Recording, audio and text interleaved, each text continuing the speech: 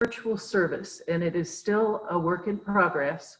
So I ask your tolerance if something is a little bit odd, if the voices break up or if the pictures freeze. But we are real together and doing the best we can under this very unusual set of circumstances. If you're here, you've succeeded in finding on our website the way to join a Zoom meeting.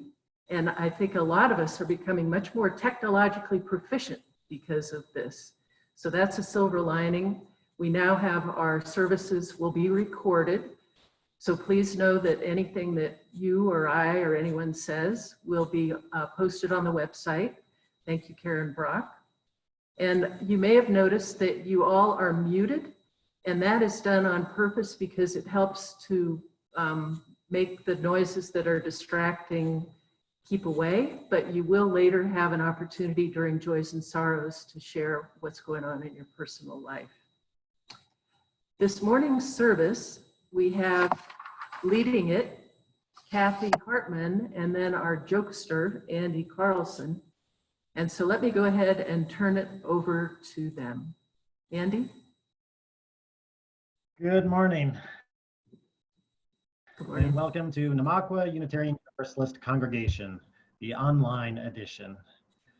At Namaqua, we may have been temporarily prevented from holding services in our sanctuary, but we are virtually unstoppable.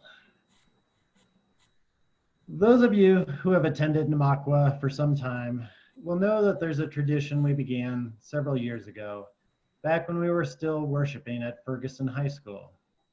The joke service. Always time to land close to April Fool's Day. The joke service is not a tradition we've been terribly religious about observing. In fact, we've only done it 2 other times over the past 6 years, which is why we're dubbing this morning's service Namaqua's 3rd non-annual joke service. As old timers will also remember, our first joke service was titled Laughing at Ourselves, and a bunch of us got up front and swapped our best Unitarian Universalist jokes. As it turns out, there are a very limited number of these. So the second time around, we decided to call the joke service Laughing at Everyone Else, and we told jokes about everyone else's religion. Back last November, when we scheduled our 3rd non-annual joke service for April 5th, 2020, it sounded like a really good idea. I was thinking by this point, we would all be in the midst of a bruising presidential election from which we could all use a bit of relief. And since comedy has always been about pushing boundaries, I figured we could violate the sacred taboo against talking politics in church, and Kathy and I could take turns demolishing one another, telling liberal jokes and conservative jokes, calling the whole service Make Comedy Funny Again. Then came the coronavirus, and the end to large gatherings, and the stay-at-home orders. I'd like to tell you that, as worship leaders, we had some serious, heart-wrenching discussions as to whether or not it would be appropriate to continue with a joke service under the current conditions. But we did not. We were all like, full speed ahead. When, after all, could we ever use a good laugh more than right now? And why pretend to ignore the 800-pound virus sitting right there in the room with us by telling safe jokes, like about bringing guns to church or about turning America into the next Venezuela? So we decided to confront the gorilla virus head on in a service we are calling Laughter in the Time of Coronavirus. We invite you to join us in the spirit in which this service is intended, which is not to minimize any of the suffering going on in the world around us. It is rather to kindle that strange, powerful, uniquely human capacity we have to keep laughing in the midst of tragedy, thus helping us to make it through to a better day. In that spirit, and in recognition of the momentous challenge we now face, Kathy and I are going to offer you not just one chalice lighting, but a whole slew of them, as Laurel lights our chalice. Laugh as much as possible. Always laugh. It's the sweetest thing one can do for oneself and one's fellow human beings. Maya Angelou. The most wasted of all days is one without laughter. E. E. Cummings. Like a warm summer rain, humor may suddenly cleanse and cool the earth, the air, and you. Langston Hughes. I'm struck by how laughter connects you with people. It's almost impossible to maintain any kind of distance or any sense of social hierarchy when you're just howling with laughter. Laughter is a force for democracy. John Cleese. There is nothing like a gleam of humor to reassure you that a fellow human being is ticking inside a strange face. Eva Hoffman. Imagination was given to man to compensate him for what he is not. A sense of humor to console him for what he is. Francis Bacon. Waka, waka, waka. Fuzzy Bear. All right. With your mic still muted, please join me in reciting the congregational affirmation. I want to see those lips moving. Love is the spirit of this church, and service its call. This is our great covenant, to dwell together in peace, to seek the truth in love, and to help one another.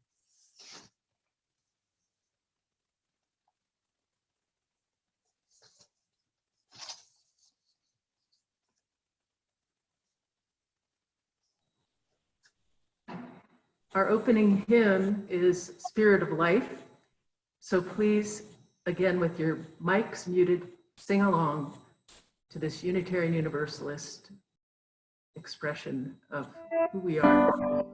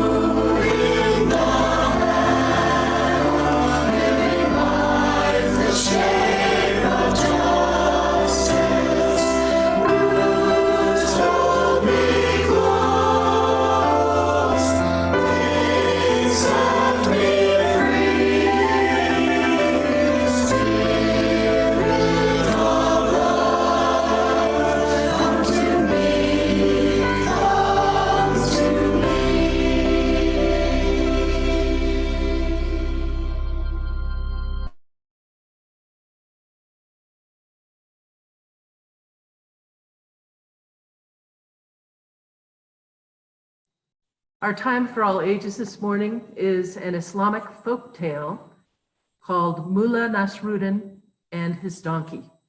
And I have asked Andy and Kathy to help me tell the story. One day, a neighbor whom Mullah Nasruddin didn't like came to see him. The neighbor asked Nasruddin, Hey, may I borrow your donkey? Nasruddin did not want to lend his donkey to the neighbor he didn't like. So he told him, I would be very glad to loan you my donkey. Unfortunately, my brother came yesterday and asked me the same favor. He has taken my donkey to the next town to carry his wheat harvest to the mill for grinding into flour. Sadly, the donkey is not here.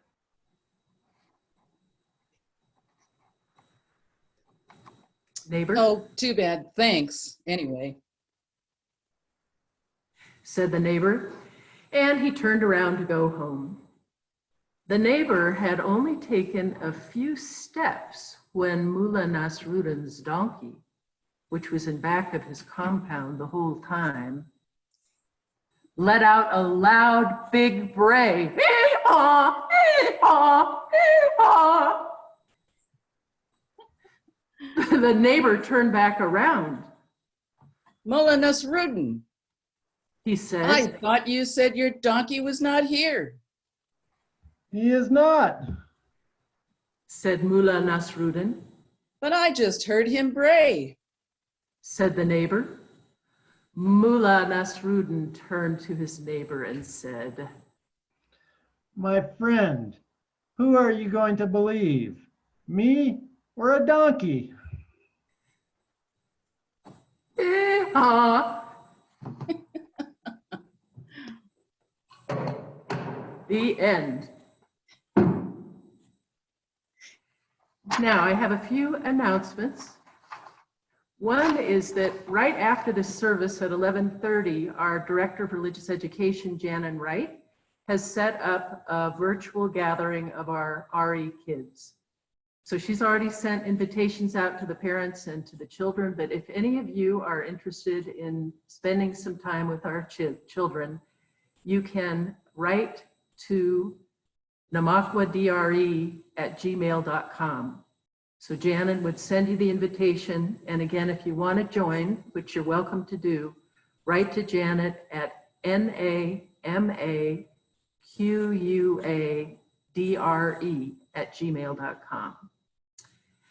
Also this afternoon, between 1:30 and 4:30 is a 3-hour workshop on life transitions, which is very timely.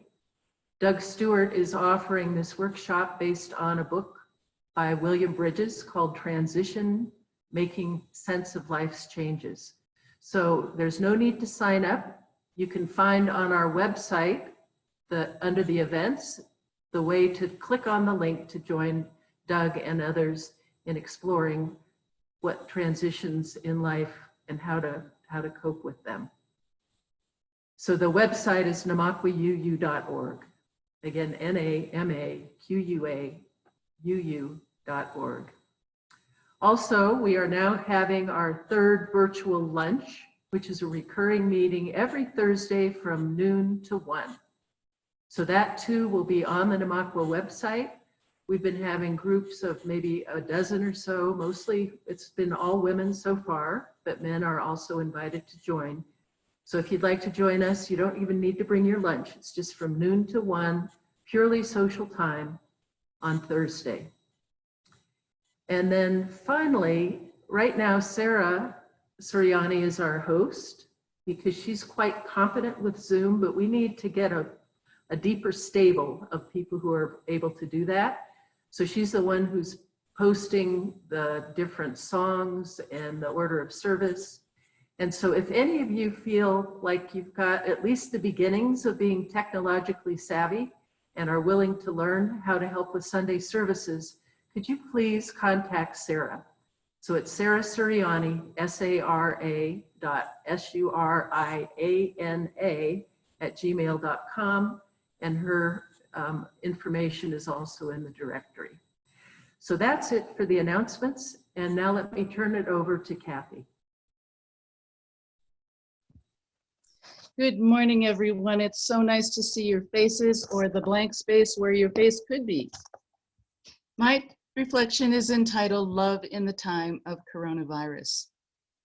Some of you might know the book Love in the Time of Cholera by Gabriel Garcia Marquez.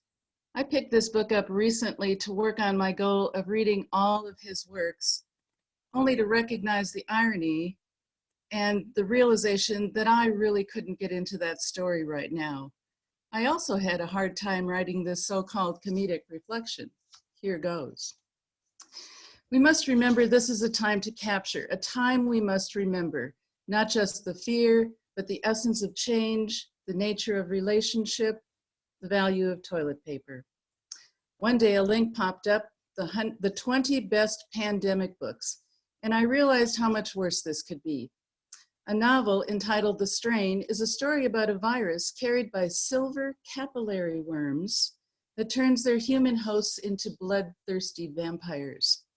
I bet that virus would get a few more governors to declare a stay-at-home mandate, might even get our president to social distance and wear a mask.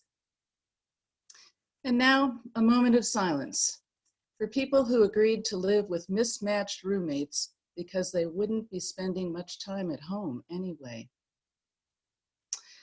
Back to toilet paper. Who knew that would be one of the greatest challenges of 2020? I thought back to an elder's wisdom in the 70s. She said she never used more than 4 squares of toilet paper. I dismissed that weirdness then, but now I wish I had taken it to heart.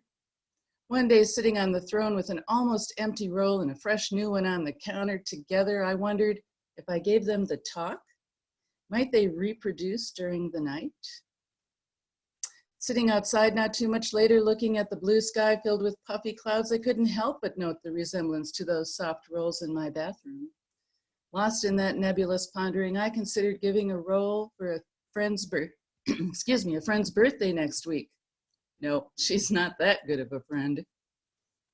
And now, a moment of silence for parents who planned on school being a 10-month childcare arrangement and never, ever saw themselves as a teacher. In December, I flew Southwest Airlines to see my sister in Nebraska. There was a particularly humorous flight attendant who announced upon landing in Omaha that we were disembarking in Paris. Then she added, "Laughter is contagious, so go infect someone, but be sure and wash your hands afterwards." These days, that would be part of the airplane safety talk, with specific instructions on how to wash, how long to wash, washing between, over, and around each finger, and especially focusing on the thumb, which songs fill the required time of washing, and whether soap or hand sanitizer, if you can find it, is a better disinfectant. And now, a moment of silence for the millennial who said, "I picked one hell of a time to have not learned how to cook for the past 29 years. And finally, face masks. To wear or not to wear, that is the question. Whether 'tis safer to cover thy face, to merely avoid the expectorations of others, or to just stay home.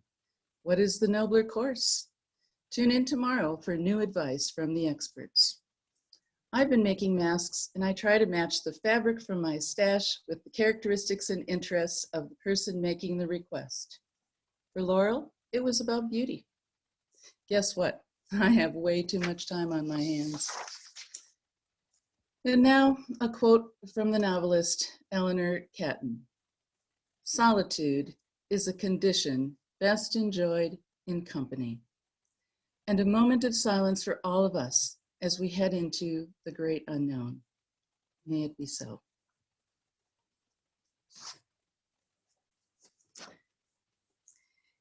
And now we come to the time in our service where we share our joys and concerns. With our new technological prowess, we will do this a little differently. If you have something you would like to share, find the chat feature of Zoom and send a message to Laurel, just to Laurel, and she will call on each of you. If that's not possible, raise your hand and we'll try and pick that up. When Laurel calls on you, you will unmute yourself and speak.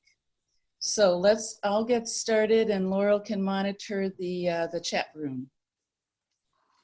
My heart is filled with sadness for the families of more than 66,000 people who have died from coronavirus worldwide, including over 9,000 in the United States, with 126 families in Colorado grieving for a loved one.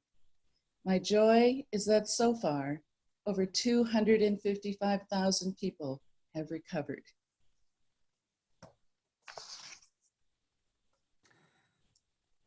Brenda Christensen, did you want to share a joy?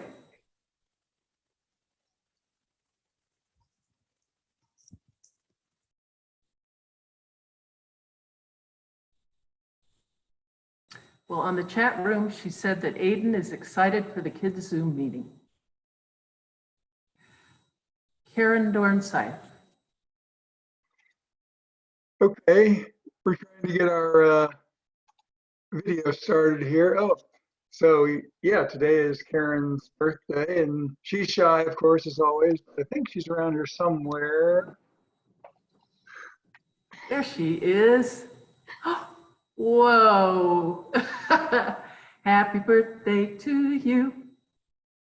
You look charming. You. Do I have to go wash my hands now? Yes.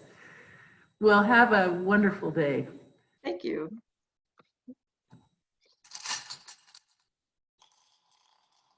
And next, how about, is it Jennifer Klein? Or, No. Is that on? yes. Okay, we had an interesting week, a leak in the ceiling for the bathroom downstairs and the whole ceiling fell. And Ooh. which sounds funny, but it gave us something else to think about. But and we have our friend who came in from Ethiopia in the Peace Corps. We're bringing him to the house tomorrow. He's had the whole 14 days by tomorrow, and he's doing okay. So I get to have another man in my house. So I'm so excited about that. But a concern is my sister is a doctor down in Georgia in Columbus, and they're the closest hospital to the Albany outbreak. And she said they are totally out of ICU beds and they have people in the halls, intubated people in the halls. She's never seen anything. It's like a war zone. She's never seen anything like that. So as we're sending out to everyone on the front lines, please send out to my sister too. Thank you, Jennifer. Julie Wallace.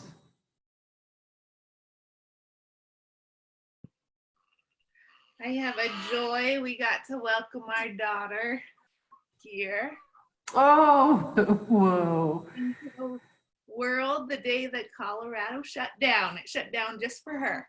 Oh, congratulations. Thank you. What a little beauty.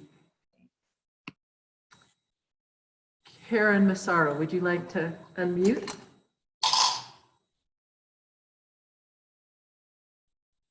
I don't know if this is working. I don't know how to get my video working, but I'm concerned about my brother who lives in Galveston.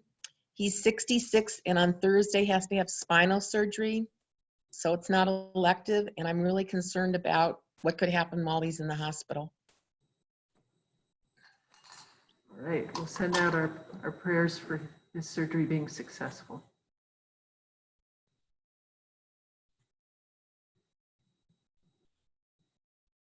Oh, and Karen said happy birthday to the other Karen. How about Megan? Oh, she's also sending out congratulations. So Julie, you've got a lot of congratulations coming your way. And Curtis. So I've got like a mixture of everything going on. One of my big joys is being able to spend more time with Donna and just kind of get extra time with my beautiful wife. So and another joy is to see all of you wonderful people on Zoom. So the struggles have just been, my mom is in assisted living, and I don't know when the next time I'll be able to see her. is because of everything going on with the virus. I've also been struggling with how to get into a routine with school and everything when I'm trying to work from home and also like take care of dogs, and just I'm sure for many of us it's who are in that boat, it's just still kind of figuring out how to make meaning out of this chaos. But Yeah. it's been a lot of things, but I'm glad to see you all this morning. Thank you, Curtis. We're glad to see you too. And Pete and Jennifer Buckmeyer.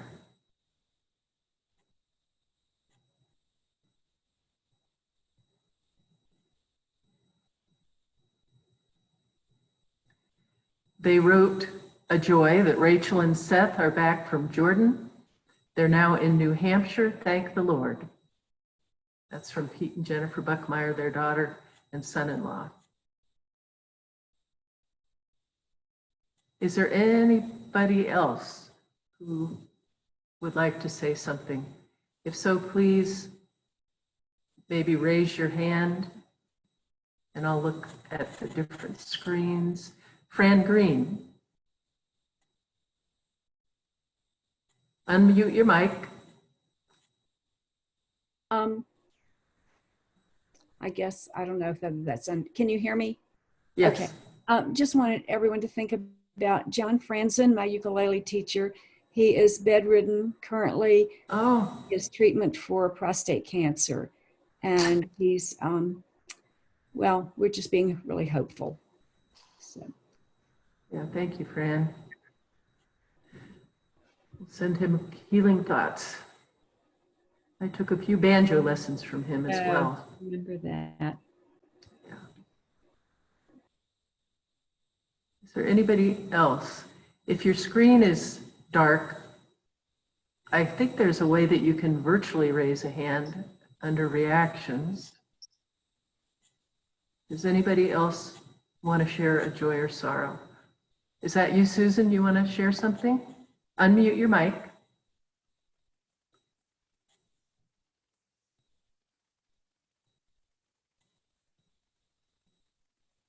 There you go. I saw Mim raise her hand, but I I just want to thank all the people that I communicated with on Facebook and on the internet. It's helped me get through being by myself, which sometimes is really difficult. And to all the people who are by yourselves, I get where you are. There are times you wake up in the middle of the night worrying about things like sanitizing your bedroom, which I did. And so I went into this fit of cleaning because I don't know why. I guess because I'm by myself and I don't have anybody to say you don't need to do that. Anyway, that's all I have to say. But Mim had her hand raised. That's why. Okay. Well, here's to cleaning. And Mim, unmute and tell us what's going on. Hi, this is Herbie, a cat, 19 and a half, and sometimes he's the only thing, because I live alone too, like Susan, that kind of keeps me from going bonkers. And my wonderful, wonderful neighbor who takes me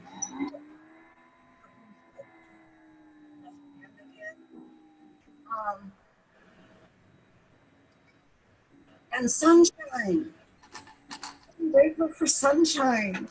And seeing your faces just fills me with joy. This is such a great thing. And I thought I didn't even like technology, but I sure do now. Yes. Okay, bye. Okay, I see Tim. Tim Black. Hello, can everybody hear me yet? Yes. Okay, I'm still looking at you, but anyway, I wanted to say hello to everybody, and I'm fine. I'm just concerned about my brother. He's a bus driver in Fort Collins, which is one of those people who, just like the grocery store workers and everybody else, can't just stay home. So I want everybody to think about him. His name is Ken, and wish him well. Will do. Thank you, Tim. Can't wait for Tim Bob to come on back and sing us some songs. Anybody else?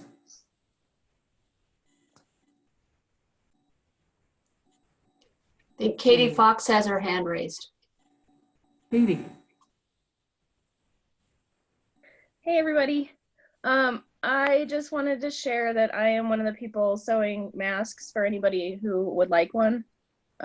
Just wanted to throw that out there. I've been doing it voluntarily for a group of Facebook people that all came together to kind of to help with so that the good masks can go to the people who need them. But also I just wanted to throw out to our community of Namaqua, if anybody wants any, just let me know. And I'll just keep plugging it away and making masks. So just wanted to share that. Katie Fox, thank you so much.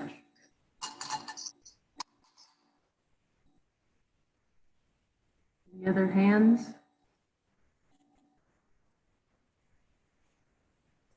Karen?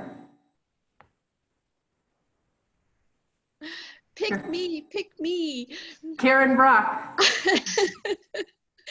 I just am joyful that Tom and Vicki Clark are home. We can't see them, but I know Vicki's tuned in here, and I'm glad that they're home safely, and I look forward to seeing them in person sometime soon. Yes, welcome back, Tom and Vicki Clark from Arizona. Glad to have you back.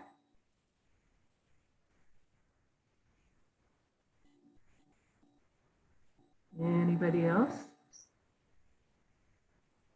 Thank you for those of you who have, oh, I see.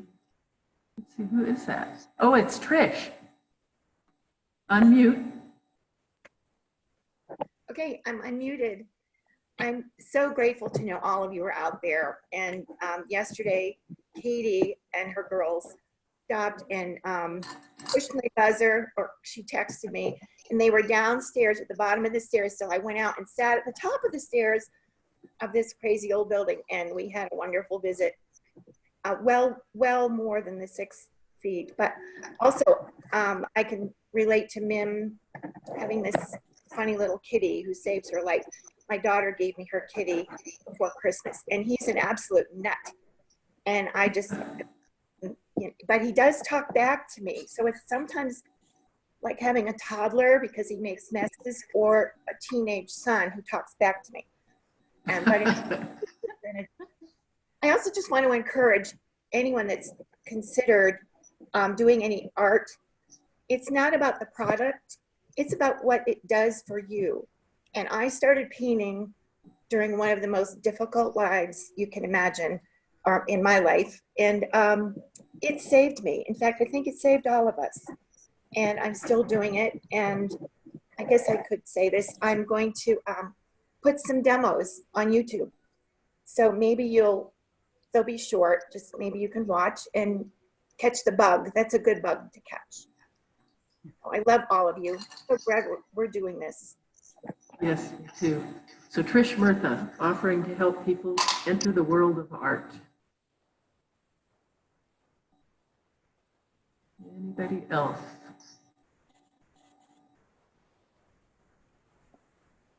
Does anybody see anybody else waving their hands? Hi, Max.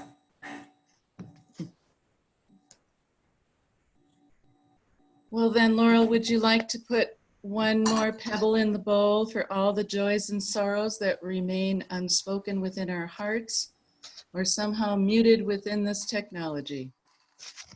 I just put all the rest in, and notice that behind me, I've lit the 2 candles to represent the joys and sorrows beyond ourselves, beyond our walls, the virtual walls.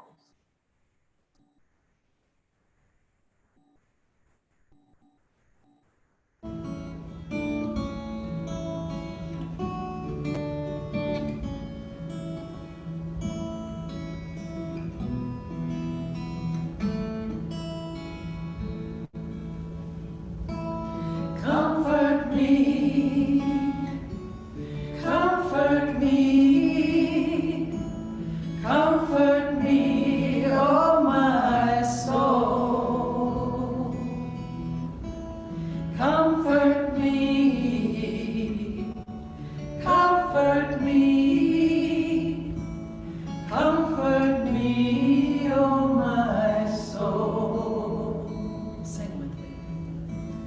Sing with me, sing with me, sing with me, oh my soul. Sing with me, sing with me, sing with me, oh my soul. Dance with me. Dance with me, dance with me, dance with me, oh my soul. Dance with me, dance with me, dance with me, oh my soul.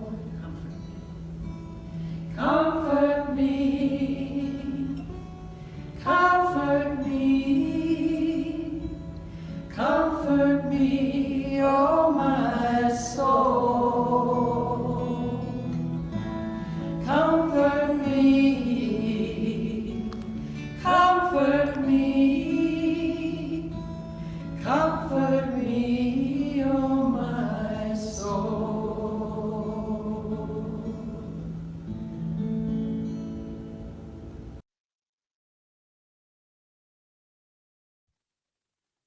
So Andy, Yeah. I was in the grocery store and I saw Arnold Schwarzenegger with his arms full of toilet paper. I asked him where he found it and he said, I'll be back.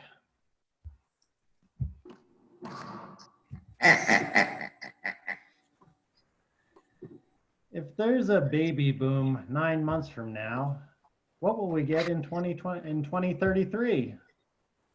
a whole bunch of quarantines.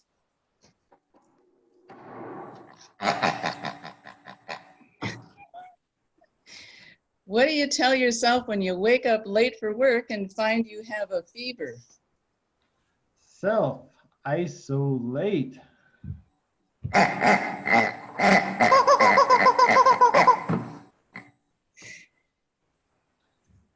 Kathy, why do they call it the novel coronavirus? It's a long story, Andy. I just heard Finland closed its borders. Well, I guess no one will be crossing the finish line. What is the difference between COVID-19 and Romeo and Juliet? One's a coronavirus and the other is a Verona crisis.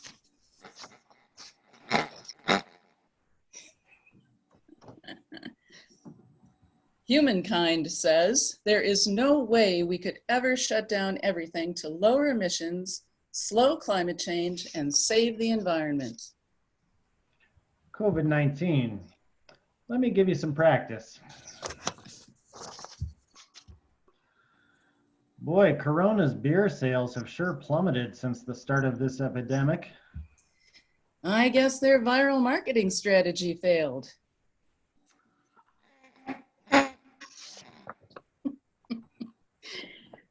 Andy, if you laugh at your jokes, I'll laugh at, no, I laugh at your jokes, you laugh at mine. What is it called when two strains of disease are identical? Plagiarism. Andy, they're asking for more pigs on the screen. That must say something. I asked my Russian friend if he was afraid of the coronavirus, and he said, No, I have the antidote. really? What is it? Oh, it's vodka.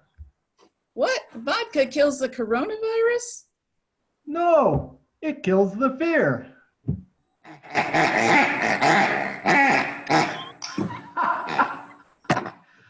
And with that, we declare an end to the pandemic of 2020. May it be so, please. We now come to the serious part of the joke service, the sermon. And those of you who have heard me preach before will know that the words Andy Carlson and short sermon don't often go together in the same sentence. So before we start, I'm going to invite you to take a quick 7th inning stretch. So run to the bathroom, grab another cup of coffee, or stay here with me, and maybe Laurel can help us sing Take Me Out to the Ball Game. Are you ready? Take me out to the ball game. Take me out to the crowd. Buy me some peanuts and Cracker Jacks. I don't care if I never get back, 'cause it's root for the home team. If they don't win, it's a shame. For it's 1, 2, 3 strikes, you're out at the old ball game.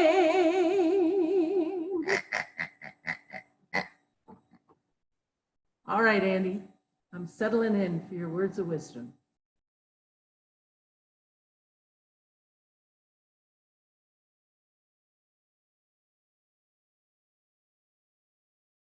Unmute.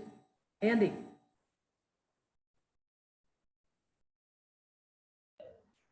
Okay, I was trying. How many times over the past month have you found yourself making a joke about the strange situation in which we now find ourselves? Not necessarily a good joke, ready for your own HBO comedy special, but just a joke.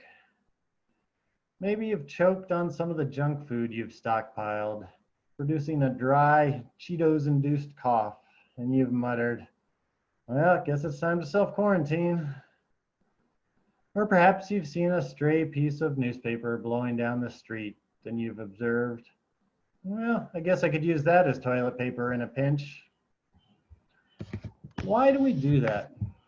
Why do we insist on making light of a situation that our rational brains tell us is no laughing matter? Whether we were designed by a loving God or the blind forces of natural selection, who on earth thought it would be a good idea to plug a few genes into the human DNA that essentially said, when things get really bad, when lives are literally on the line, tell a sick joke? As I've been pondering this question for the past few weeks, perhaps a reflection of my own current mental state, I've come up with a few theories. The first and most obvious would be what we could call the laughter as diversion theory, or alternately, the Abe Lincoln theory. Our 16th president is known to have been an incurable jokester, never able to walk away from a prank or a pun he saw within his reach. Even during the darkest days of the Civil War, Lincoln would apparently insist on cracking wise during even the most serious of cabinet meetings or war councils. Keep in mind that at the time, Lincoln was not only presiding over what remains our country's bloodiest war ever, he was also trying to support a wife who was slipping ever deeper into mental illness, all while battling his own depressive tendencies. When asked by a reporter how he could joke during times like these, Lincoln is famously said to have responded, "I laugh to keep from crying." The wisdom Lincoln was trying to convey with this answer is probably as deep and complex as the man who gave it. On the face of it, however, his suggestion was simple. The primary role laughter can play during hard times is as a diversion, taking our minds off the harsh reality before us, if only for a moment. And no doubt, there is something to this. I think it helps explain why so many of us have found ourselves watching old episodes of Seinfeld or Cheers over the past month. Light, rather silly comedies that take us back to that innocent time when we could actually sidle up to the bar next to our friends or barge into one another's apartments. So again, I'm sure this notion of laughter as diversion has something to it, and it helps to explain some of the jokes we've been telling during these dark times, especially the lighter jokes, the jokes unrelated to the current situation. The theory does not, however, explain the gravitational attraction many of us seem to feel towards darker humor. Jokes that do not turn away from the current situation, but rather crash into it headlong. This theory does not explain, in other words, why I think even Abraham Lincoln would have snickered at that absolute classic of dark humor to which his own assassination gave rise. Other than that, Mrs. Lincoln, how did you like the play? A second possible theory as to why we insist on telling jokes during difficult times, often the grimmer the joke, the better, is that by laughing at our fate, we remain greater than a fate that seems intent on crushing us. On this theory, chuckling derisively at our present circumstances becomes a way of asserting, this can't take me down. Life may have just scored a point on me, but I'm going to have the last laugh. This theory, once again, may have something to it, at least at certain times. This may well have been the spirit, for instance, behind the jokes we were all telling 4 or 5 weeks ago, back before we thought this whole pandemic thing could possibly get so serious. This is probably what fueled all of those toilet paper jokes we told as we stood before the empty shelf in the supermarket and asked, what are those dumb rubes going to do with all that toilet paper? Conveniently forgetting that the reason we were there in the aisle is that we were hoping to pick up a few extra rolls for ourselves. I've noticed, however, that no matter how prevalent this sort of boastful, confident, I'm bigger than this humor may have been in the early days of the current crisis, it seems to have slunk away as we have all come to realize that the pandemic is bigger than us and it can take us down, no matter whether we laugh at it or not.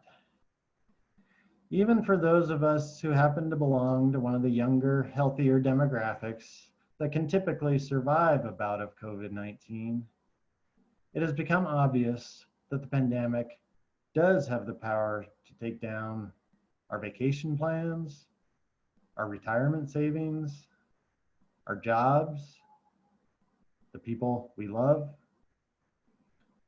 So beyond a handful of invincibles who still insist on going to the beach for spring break, I do not think many people are laughing at the coronavirus anymore. On the contrary, we're all ready to cry uncle, freely conceding that we've been beaten by a bigger and stronger opponent. And yet still, even as this faceless bully ignores our pleas and just intensifies the beating it has been administering, still we find a way to laugh, if not at the coronavirus, at least about our current situation. Which brings me to my third theory as to why we seem to insist on indulging in dark humor, even when times are dark, perhaps especially when times are dark. I think it may be the closest to the mark yet. In my role as worship associate here at Namaqua, and in similar roles I've played at a couple of other churches, I've given perhaps 25 or 30 sermons in my life. If I had to pick the one I feel most proud of, it would probably be a sermon I gave nearly 20 years ago, in October of 2001. That, of course, was just about a month after 9/11. At the time, I was attending a United Church of Christ congregation, which is a pretty liberal denomination, but still Christian, so we preached from an actual lectionary, typically taken from the Old and New Testaments. For this sermon, however, I selected two alternate texts. One, a passage from Shakespeare's King Lear, the other, an article just printed in the satire newspaper, The Onion. As you may remember from high school English class, when many of us slogged our way through the Cliff Notes to King Lear, Shakespeare's play is about an old king who is losing his grip on power and on reality, as two of his three daughters scheme to remove him from the throne. Many of the king's longtime subjects try to remain faithful to him, yet none dare speak the truth of what is happening to the king, for fear of angering him by calling into question the loyalty of his daughters or the soundness of his own judgment. The only exception is the fool, a sort of court jester character who is given exclusive license to crack inappropriate jokes and sing nonsense songs, many of which mock the king.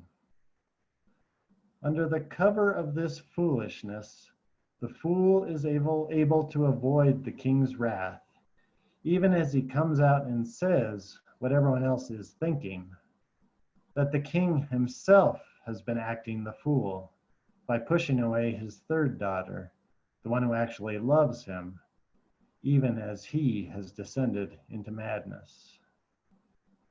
By the end of the play, even the old king recognizes that the fool may be the wisest character on stage, and certainly the only one brave enough to have shared his wisdom. In the days following the attacks of September 11th, there was some speculation as to whether The Onion would perhaps suspend publication for a week or two, out of respect for the magnitude of the tragedy and the rawness of emotion surrounding it. In fact, the editors made precisely the opposite decision, not just publishing on schedule, but putting out a satire-filled edition in which every article spoke directly to the events of 9/11. One story, for instance, featured a Michigan housewife who had baked an American flag cake, saying she just felt like she ought to do something. The article I used for my sermon was an imagined report of God coming down to give a press conference in New Jersey. As God took to the podium, he desperately tried to make the point that he was sick and tired of people killing one another, but especially of people killing one another in his name. No, God insisted, it was not his will that Muslims kill the infidels, or that Christians kill Muslims, or that anyone kill the Jews. He did not want anyone to kill anyone, ever. As the press conference dragged on, God got himself more and more worked up. Yet it also became clear that no one was paying any attention to him, thus finally leading a distraught God to exclaim, "Look, people, I'm effing serious," before, at the very end of the article, he wept. When I gave that sermon 20 years ago, because I was 20 years younger, and because of the theological significance of that particular line, I did not read the censored version I just cited. I went ahead and dropped the F-bomb. I may have even shouted it, like God does in the article. I then went on to acknowledge just how offensive this was for everyone in church that day. The line was not offensive, however, because it contained a four-letter word that most of us hear and some of us use on a daily basis. It was offensive because it made God's point so effing clear. God does not want us to kill one another, ever. And he especially does not want us to kill one another in his name. Keep in mind that this was October of 2001, when we were just starting the buildup towards the invasion of Afghanistan. Feelings were still incredibly raw in the United States. God Bless America had become almost a second national anthem, something we sang over and over again as we all struggled to find comfort in one another and in the divine. At the same time, however, we were angry. We had been hit. We had been hit hard, and we wanted to hit someone back. The Taliban had been sheltering our enemy, and so we wanted to go rain down some jihad of our own, with most Americans being firmly convinced that, in so doing, we would be doing God's will. The US military and its Tomahawk missiles would be serving as God's terrible swift sword. Glory, hallelujah. During that time of extreme sensitivity, I think only a fool, only a satirist writing in the absurd voice of God giving a news conference in New Jersey could have gotten away with pointing out the obvious. That if we have any conception of a loving, universal God, this God simply cannot want us to go and kill our fellow human beings, no matter how badly we have been wronged. And so I concluded, perhaps war was inevitable by this point. Perhaps in our collective fallenness, we could not help but strike back. Nevertheless, I pleaded, when the invasion began, when the bombs actually started falling, maybe at that point, we could at least stop singing God Bless America. For at that moment, when the bombs were falling and people were dying, God would not be blessing us. He would be weeping. I think this may point us towards the ultimate reason why so many of us turn to humor, and especially dark humor, to help us get through the dark times. It is not so much, as Lincoln suggests, that we are laughing to keep from crying. It is rather that we are laughing as a means of crying. Sometimes, with regard to our own feelings, we do not want to admit that they are there. Speaking for myself, the last thing I want to admit, even to myself, is that I am scared of this coronavirus thing. But I am. I'm not terribly afraid of getting sick myself.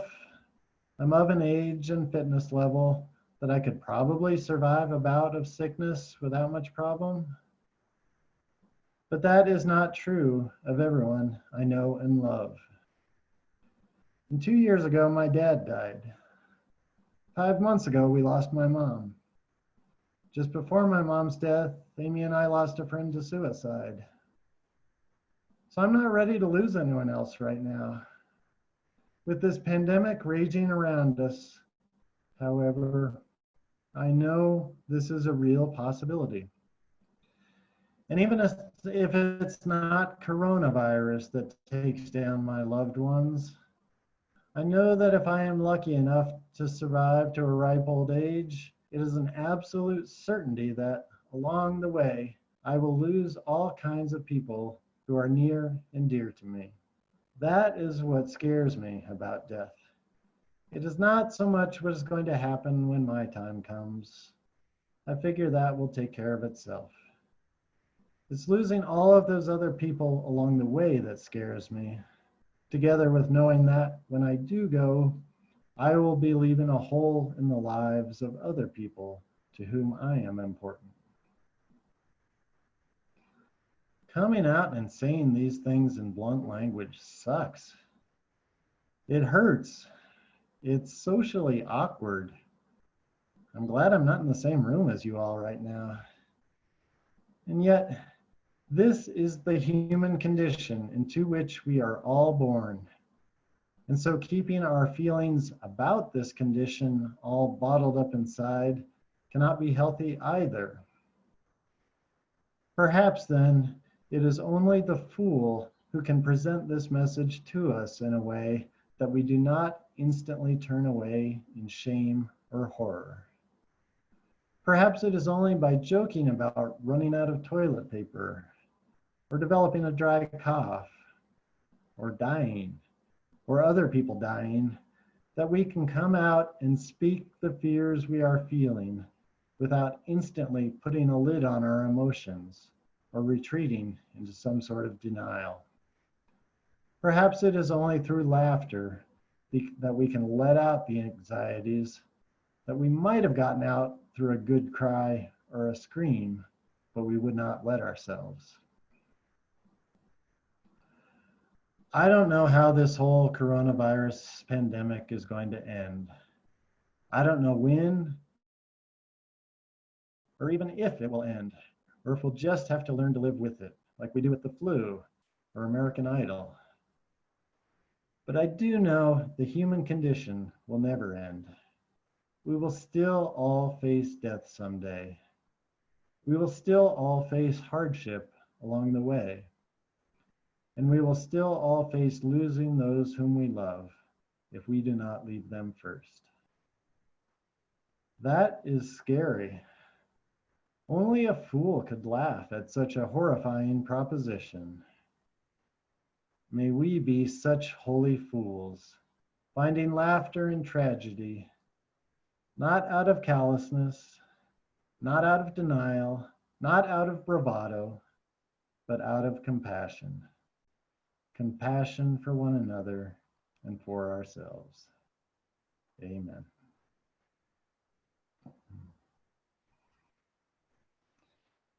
So now we come to the time in our service when we typically collect our offering. Like other churches, we've had to figure out how to pass the plate a bit differently. So here is what you can do. If you'll click on the chat button, Sarah will be displaying a link that invites you to give. Follow the link and you can make an electronic donation. Alternately, if you can't find the chat button right now, or if you'd rather navigate through this at your leisure later, please just go to the Namaqua website after the service, where you can also find the link to donate. Using either option, you can specify whether your gift is your regular pledge, a plate offering, or a donation to the building fund. As most of you know, we have a half-plate ministry here at Namaqua, where every quarter we select a local organization that is doing good in our community, and we split our plate offering with them.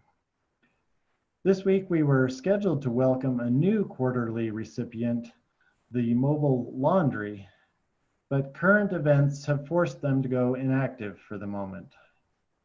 But the First United Presbyterian Church has partnered with Let's Get Spun Laundromat on 6th and Jefferson to provide clothes washing vouchers and soap to those in need. So in the spirit of helping everyone in our community stay safe and clean, this is what our half-plate donations will be going to for at least the next month. So now we'll listen to some flute music as you make your way over to the donation link.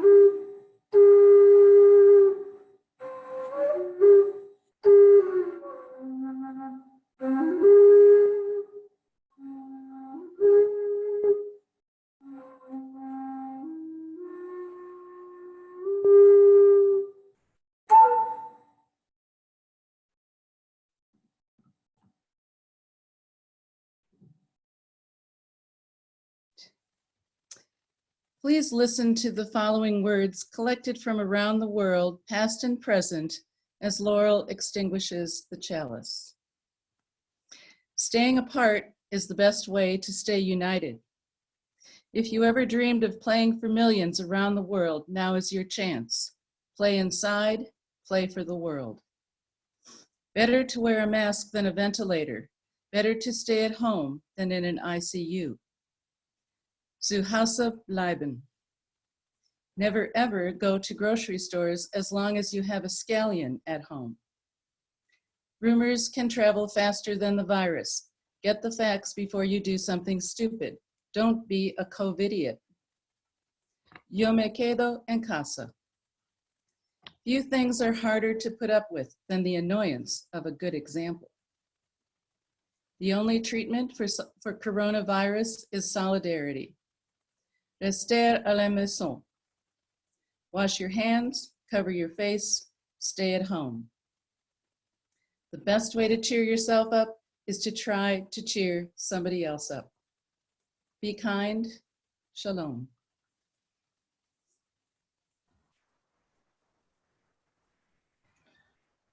And before we sing our closing song, I'd like to invite you to stick around after the service for a 15 or 20-minute coffee hour chat session. If you were here last week, you know how this works. Shortly after the service ends, you should receive an invite on your screen to a breakout session. Sarah will be setting up a certain number of breakout rooms based on how many people are attending today, and Zoom will randomly assign us all to small groups. Sarah will also be dropping in on each breakout room, so if your group ends up having only a couple of people in it, you can request being moved to a room with a bigger group. In any case, once you get to your breakout room, everyone can unmute their mics and catch up on what's been going on over the past week. And if you find you need a bit more guidance to keep the conversation going, I'll pose the following question for you to discuss. What has made me laugh over the past month? You can also look for this question to flash on the screen when you first enter the breakout session. With that, stay safe this week, laugh as much as you can, but find some time to cry if you need to.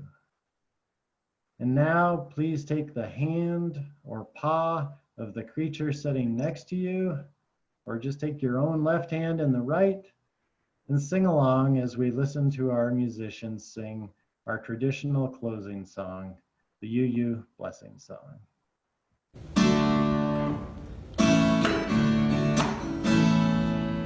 It's a blessing you were born. It's a blessing I was born. And it matters what you do. And it matters what I do. What you know about God. What I know about God. Is a piece of the truth. Is a piece of the truth. Let the beauty you love. Let the beauty I love. Be what you do.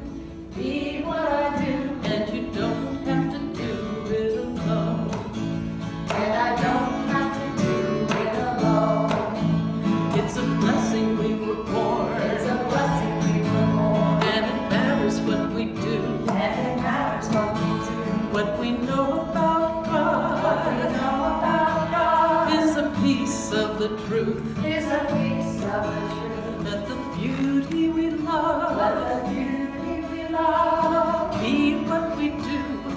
Be what we do. And we don't have to do it alone.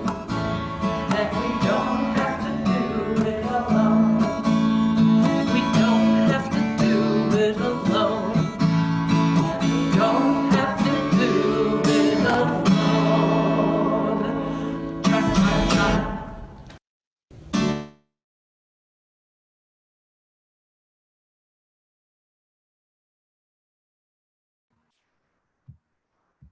Thanks everyone, and we'll see you in breakout rooms.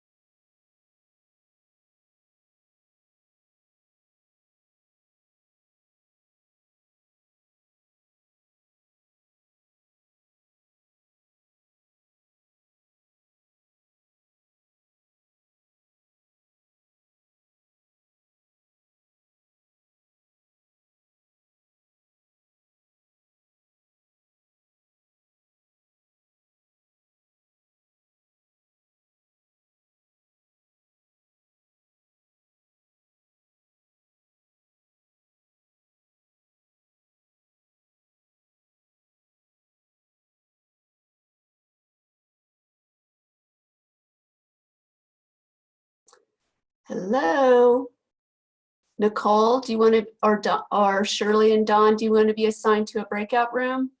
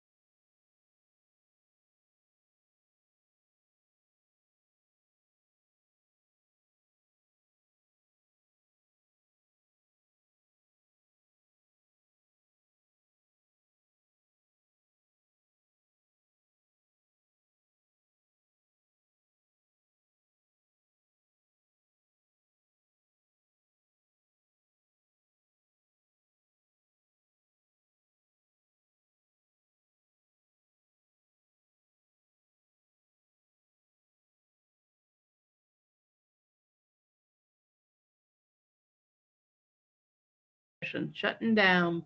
Thank you. Bye-bye.